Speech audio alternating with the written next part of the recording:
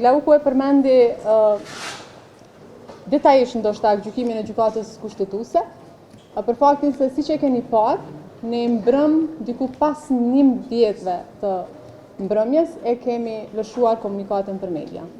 Pra ne nuk jemi ngutur që të bëjmë deklarime politike mbi gjykimin e gjykatës kushtetuese, por siç e keni parë, komunikata e lëvizjes vetëvendosje është e bazuar në pika të gjykimit të gjykatës kushtetuese, për dallim prej komunikatave të subjekteve tjera politike, që janë deklarime politike, por jo të bazuara në gjykimin e gjykatës kushtetuese.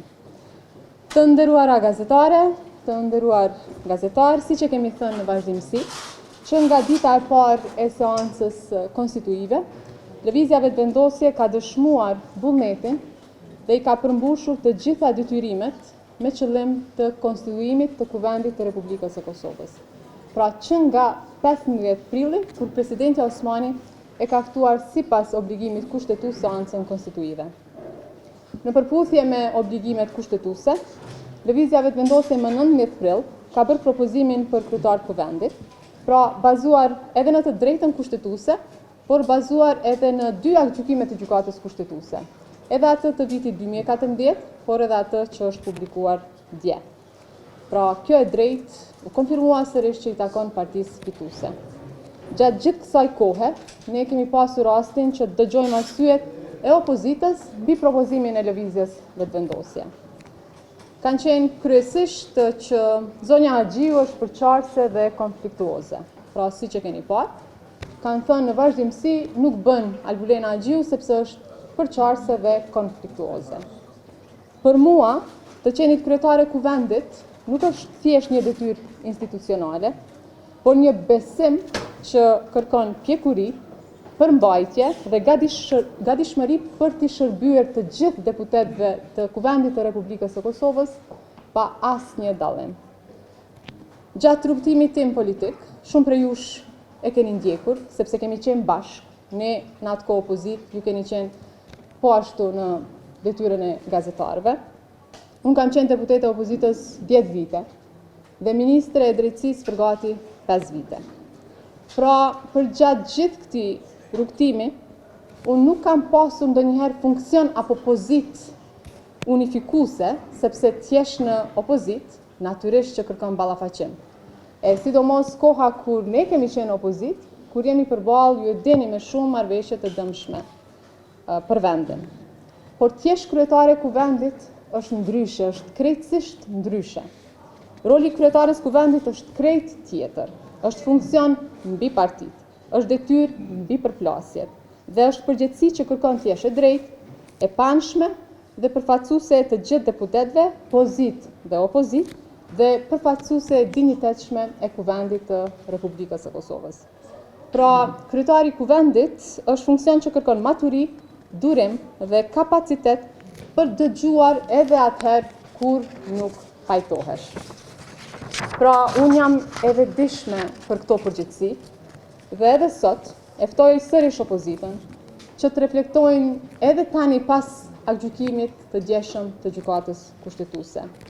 Dhe në fund, por jo më pak e rëndësishme, shumë e rëndësishme, gjykimi i gjykatës nuk e ndalon votimin e fshet, për këtë foli kryetari Konjufca, pra askund në gjykimin e gjykatës kushtetuese nuk thuhet se votimi i fshet bie ndesh me kushtetutën, po të ishte ashtu, do të shkruhej në dispozitiv. Ashtu si gjykata kushtetuese ka thënë që Kuvendi i Republikës së Kosovës duhet të konstituohet brenda 30 ditëve, pra po të ishte votimi i fshet jo kushtetues, atëherë kjo do të shkruhej pikërisht këtu ku e ka vendin. Por përkundrazi pra, votimi i fshet parashihet si mundësi. E për votimin e fshet nevojitet që të themelohet komisioni përkatës.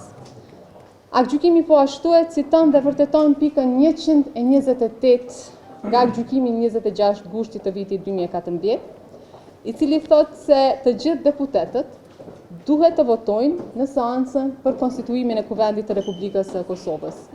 Për, kundër dhe abstenim.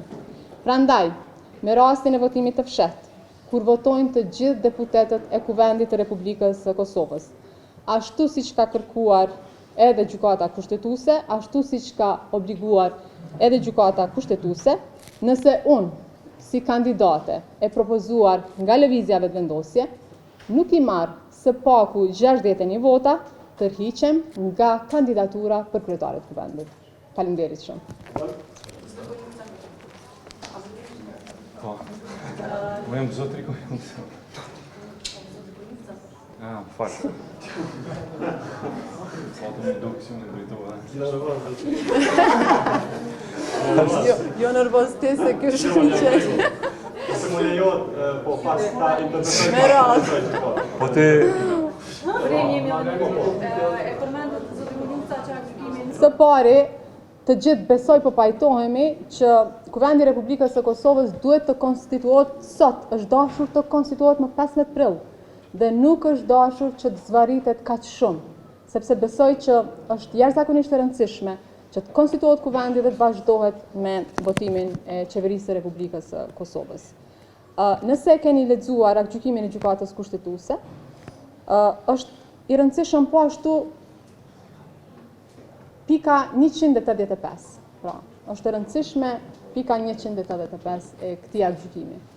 Sepse në këtë pikë, siç obligon lëvizjen vetëvendosje, pra në këtë rast partinë fituese, njësoj e obligon opozitën që në frymën e mirëbesimit dhe jo kompromisit, po konstruktivitetit. Pra në frymën e mirëbesimit dhe konstruktivitetit.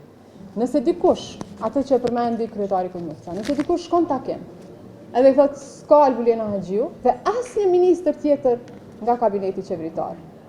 Ky nuk është diskutim konstruktiv.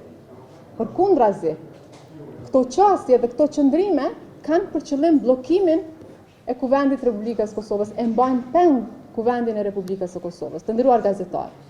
Për sa i përket kushtetutës dhe rregullorës, gjykata kushtetuese ishte shumë e qartë. Nuk përcakton as votim të hapur, nuk përcakton as votim të fshehtë. Domethënë, lejohen të dyja votimet. Pra, të dyja votimet janë të lejueshme. Gjykata ka bërë shumë qartë. Pra, edhe votimi i hapur, edhe votimi i fshehtë është i lejueshëm dhe praktikave të mëhershme. Kuvendi i Republikës së Kosovës ka pafund praktika kur në një përzgjedhje ka shkuar me votim të fshehtë, e sidomos kur bëhet fjalë për emra të përvetshëm. Sidomos jo për konstituim kuvendit, sipas praktikave deri tanishme të kuvendit, jo të konstituimit të kuvendit, jo të konstituimit, praktikave të mëparshme, por është e rëndësishme që të lexohen të gjitha pikat dhe jo vetëm një të nxjerrët dhe të shkputet, sepse pastaj nuk ka interpretim të drejtë. Pra, gjykata ka thënë në 2014 po ashtu, por e citon edhe një herë në aktgjykimin e sapo dalë. Gjykata në praktikën e saj gjyqësore, pra në konstituimin e kuvendit të gjithë deputetët duhet jenë të pranishëm, kjo është tejet e rëndësishme, dhe të votojnë si të dëshirojnë, në mënyrë të hapur ose të fshehtë, të votojnë për, kundër ose abstenim, dhe nuk mund të lirohen së vepruarit kështu. Është tepër e rëndësishme që të gjithë deputetët e kuvendit ta kenë parasysh këtë. Nuk mund më të vazhdohet, nuk ka pas mundësi as me 15 prill, por sidomos jo dhe tash që me anë seancë, me qëndrun seancë edhe me dalë pa votu për, pa votu kundër dhe pa abstenu. Prandaj, përderisa respektohet kushtetuta, çdo zgjidhje të zgjedhurve dhe njëkohësisht përfaqësuesve të popullit duhet respektuar. Kështu ka thënë gjykata kushtetuese në pikën 181. Zonja Haxhi, a mund të vini një përmirësim se po mendoj një gabim këtu, do të për shkak të volumit të madh. Okej. Jeni 191, pika 191 thotë që me praktikat e deri tanishme parlamentare për konstituimin e kuvendit, dhe jo kështu në përgjithësi për kuvendit. Po. Zotë Konjufca, te çështja e votimit të fshehtë. Meqense se kemi filluar me votim të hapur, kemi kaluar në votim të fshehtë. Kjo shmangje procedurale, meqense kemi qenë edhe kryetari i kuvendit, shmangje procedurale me sa ditë duhet me kalu me vot. Jo, gjykata ka thënë që kjo s'respektohet. Domethënë, gjykata ka thënë që zvlejnë rregullat. Gjykata ka thënë që zvlejnë rregullat të ndryshimit renditës edhe mocionet procedurale, edhe një gjë. S'ka referencë 53 të rregullohet. Kështu e thot aktgjykimi i gjykatës. 178. Edhe një gjë. 6 herë e përmendi edhe kryetari Konjufca. 6 herë kryesuesi i seancës e ka vendosur propozimin e vetvendosjes në votim. pra 6 herë. Dhe kur e ka pa që nuk po votohet, atëherë ka propozu që të votohet fshet. Pra, gjitha mënyrat me qëllim të konstituimit të kuvendit. Ka dalë shpak, por nani asë një pyetje nuk e keni lënë me bu.